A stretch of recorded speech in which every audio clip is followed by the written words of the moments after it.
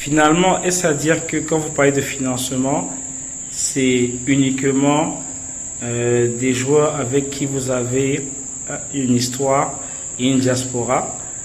On se serait attendu, on aurait pensé que on aurait pensé à des partenaires locaux dans le monde du privé, on aurait pensé à nos institutions publiques.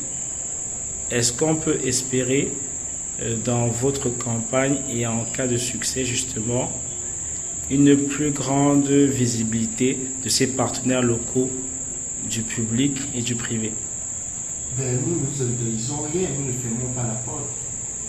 Il y a des partenaires, il y a des sponsors sur le plan local avec qui j'ai organisé un événement d'éléments qui vont m'accompagner. Ça, je dis que parce que nous n'avons pas encore parlé, mais il y a 3 mois, on a parlé encore. Je lui ai demandé est-ce que c'était possible d'accompagner la ville et comment. Ils m'ont rassuré que c'est possible, mais en discutant avec quelqu'un de haut placé de la fédération et même des informations qui me sont venues sur ce sponsor-là, la fédération est déjà très avancée à ce niveau-là. Donc on ne pouvait pas faire 2 dossiers marketing.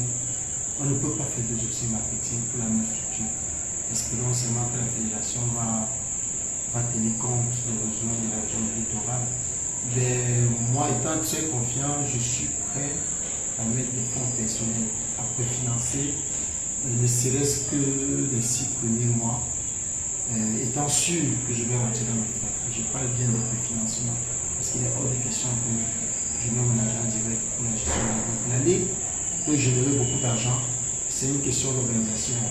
J'ai discuté avec un monsieur très avancé dans le marketing qui a déjà sur la main quelques sponsors. Je préfère, on ne peut pas commencer à s'avancer sur ce qui n'est pas sûr.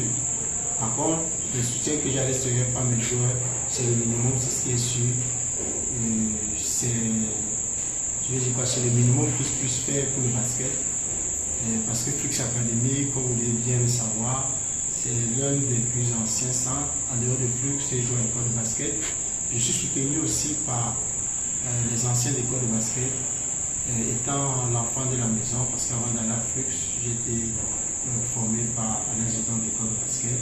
J'ai eu la chance de rencontrer une bonne génération de basketteurs, que ce soit du lycée Jones que des Sacquets, qui sont aujourd'hui beaucoup dans des entreprises. Donc, il est question qu'on voit avec les autres, parce qu'il faut avouer qu'en dehors de moi et des joueurs et certains de des futurs partenaires de la diaspora, je n'ai pas encore mis sur pied une vraie cellule marketing. J'ai eu juste des échanges avec 1 ou 2 personnes qui s'y connaissent bien.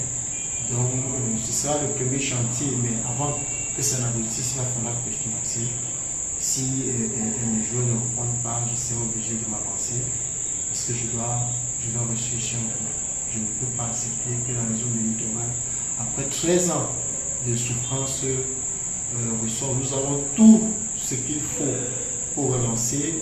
On va certainement s'appuyer sur les acquis, ce sont les DKC, les BTC, en termes d'organisation, s'entourer de ces différents membres organisateurs pour réussir ce projet et faire le tour des terrains et de basket, le tour des clubs vétérans pour associer les vétérans à ce projet.